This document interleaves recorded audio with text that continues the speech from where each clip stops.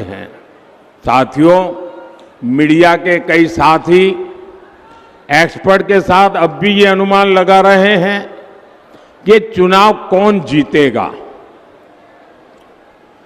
अब ना किसी ओपिनियन पोल की जरूरत है, ना किसी एग्जिट पोल की जरूरत है।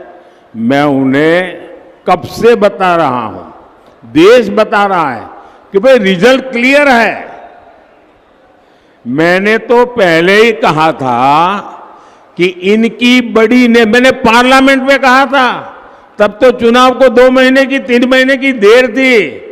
मैंने कहा था इनकी सबसे बड़ी नेता चुनाव लड़ने की हिम्मत नहीं करेगी, वो डर के मारे भाग जाएगी।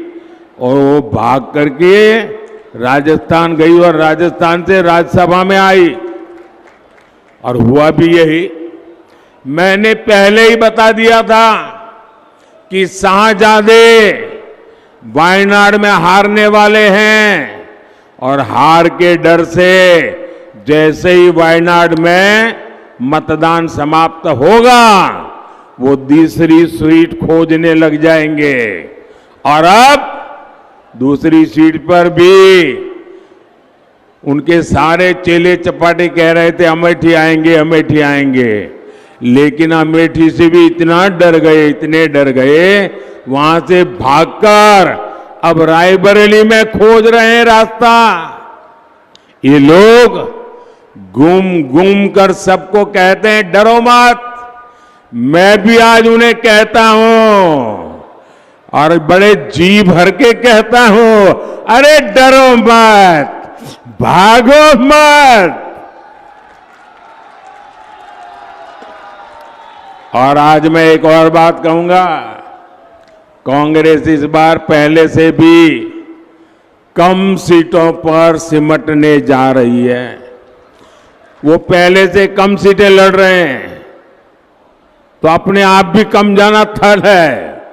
अब देश भी समझ रहा है कि ये लोग चुनाव जीतने के लिए चुनाव नहीं लड़ रहे हैं, ये सिर्फ और सिर्फ देश को बांटने के लिए चुनाव के मैदान का उपयोग कर रहे हैं। भाई और बहनों, इंडी गठबंधन सिर्फ एक वोट बैंक के लिए समर्पित है, जबकि हम सबका साथ सबका विकास के मंत्र पर काम करने वाले लोग हैं। मोदी ने 10 साल में बंगाल के गरीबों के लिए, दलित आदिवासी पिछड़ों के लिए 38 लाख से ज्यादा पक्के घर बनाए हैं, करीब करीब आधा करोड़। मोदी आज बंगाल के 6 करोड़ जरूरतमंदों को मुफ्त राशन दे रहा है। मोदी ने बंगाल के 80 लाख से ज्यादा घरों तक नल से जल पहुंचाया है। मोदी ने बंगाल के 5 करोड़ लोगों के जनधन खाते खोले।